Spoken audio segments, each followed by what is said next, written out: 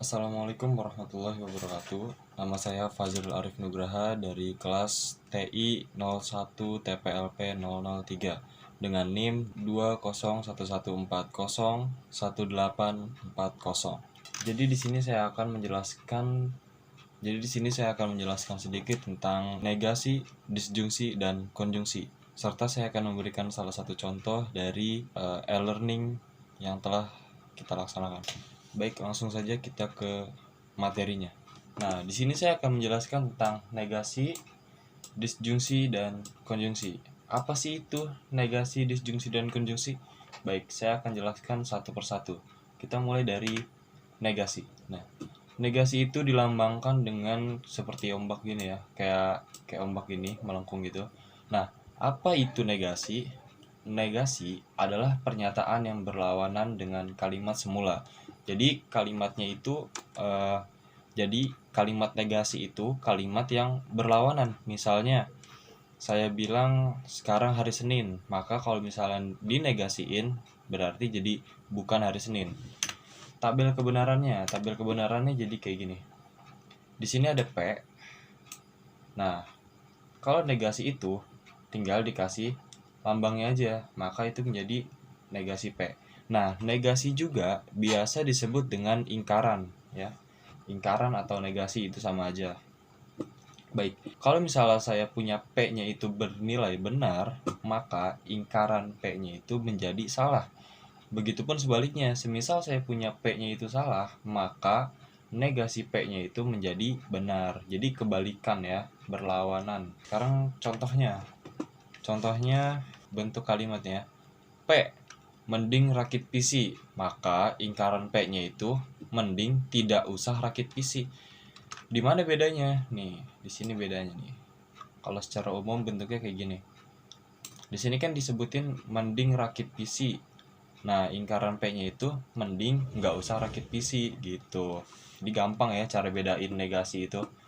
Negasi ya tinggal dikasih ini aja nih, gitu ya. Tinggal dikasih lambang kayak ombak ini.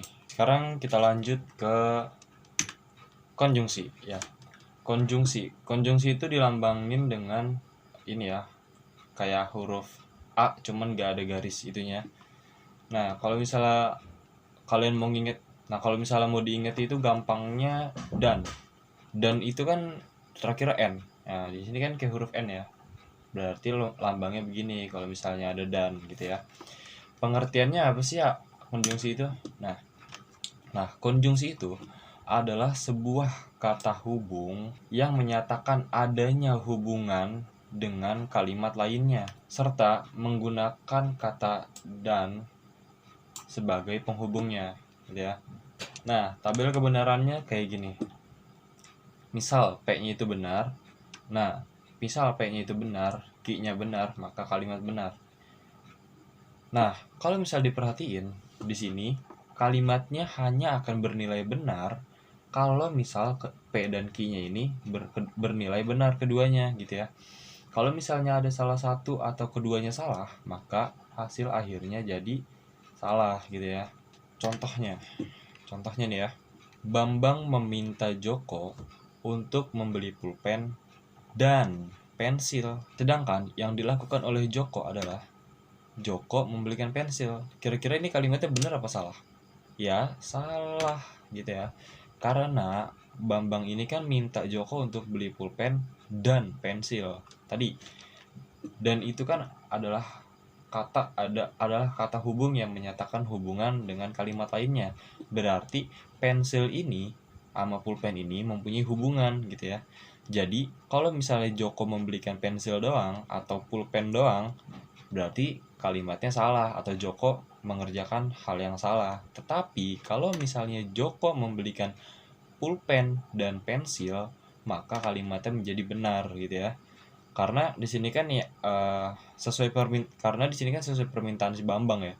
Jadi keduanya itu dipenuhi oleh Joko, maka kalimatnya menjadi benar nih ya. Sekarang kita lanjut ke disjungsi. Oke. Disjungsi itu lambangnya huruf V gini ya, kayak huruf V lah ya. Kalau misalnya mau nginget disjungsi itu kan pakai kata hubung atau ya, atau U, berarti kan ke atas gitu ya. U ya kan, kayak huruf U, cuman ini lebih ke V sih ya, cuman nggak apa-apa lah. Langsung aja kita ke pengertiannya. Nah, pengertiannya itu ini. Disjungsi adalah kata hubung ya yang bersifat pilihan gitu ya. Jadi sifatnya itu dia pilihan. Akan benar jika akan benar jika salah satu aja bernilai benar gitu ya. Dan juga disjungsi menggunakan kata atau sebagai penghubungnya gitu ya, atau atau U ya kan, U kan sama kan kayak gini. Nah gitu, jadi cara ngingetinnya gampang aja. Oke, apa sih maksudnya? Disjungsi itu adalah kata hubung yang bersifat pilihan. Maksudnya gimana? Jadi gini, kalau misalnya ada kalimat aku mau pergi ke Bali atau Jakarta, sedangkan aku hanya pergi ke Bali gitu, maka kalimatnya benar karena pilihan gitu kan.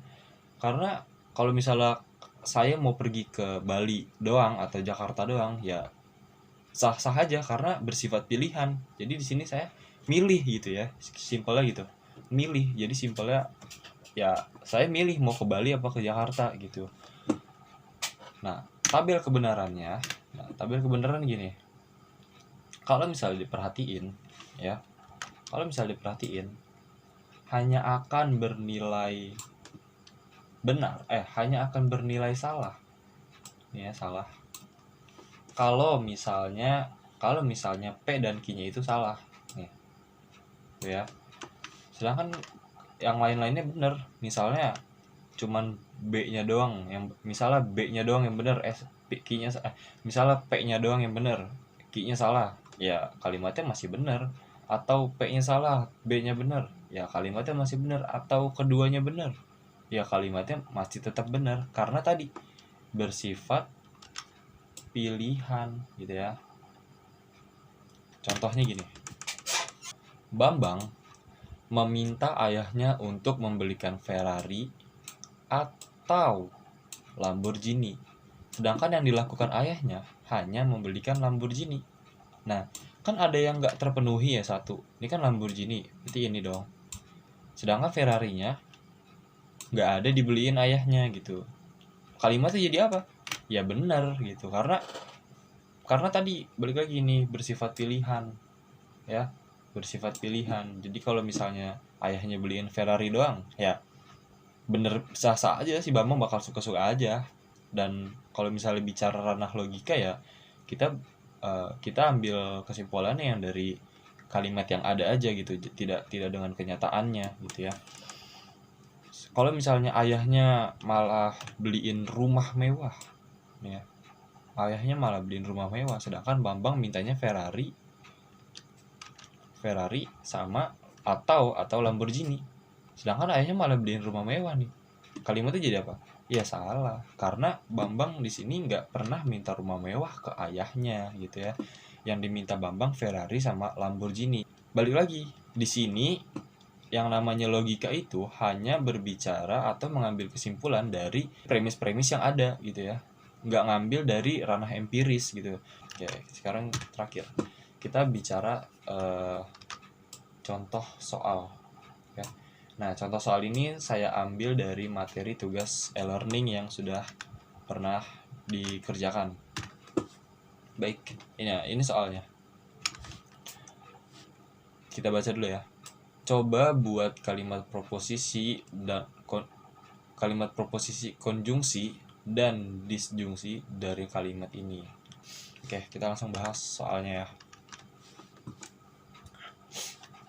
Yang pertama, A. Rajek Residence, perumahan klaster, harganya murah. Tony menabrak pohon Pak Joko tumbang. Oke, kita jawab yang A dulu ya. Nah, ini jawabannya.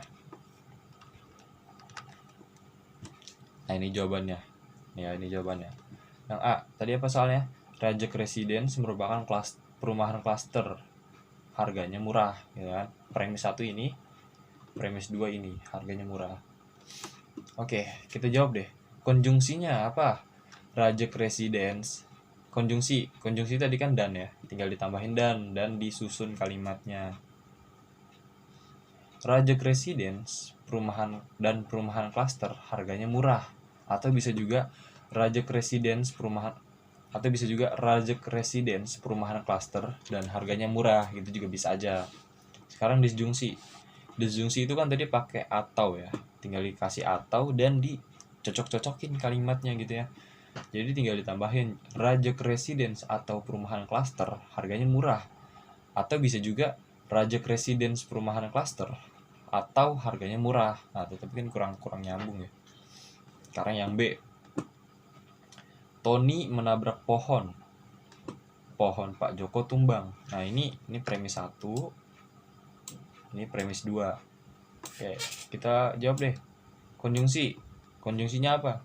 Ya, Tony menabrak pohon dan pohon Pak Joko tumbang ya. Tinggal ditambahin dan terus dicocok-cocokin kalimatnya, disambung-sambungin lah gitu ya. Sekarang disjungsi apa nih? Disjungsi itu kan pakai atau, tinggal dikasih atau di mana yang cocok kira-kira. Sedangkan jawaban saya kayak gini, Tony menabrak pohon atau pohon Pak Joko tumbang. Ya kurang nyambung, tapi saya juga kurang tahu jawabannya kayak gimana. Pokoknya ini yang saya jawab gitu ya. Kalau misalnya ada komentar, silahkan komentar aja gitu ya. Oke, nah jadi itu kesimpulannya apa? Kesimpulannya ya negasi itu adalah negasi. Jadi kesimpulannya apa? Negasi atau ingkaran itu adalah kalimat yang berlawanan, sedangkan konjungsi adalah kata hubung yang menggunakan dan bukan bersifat pilihan.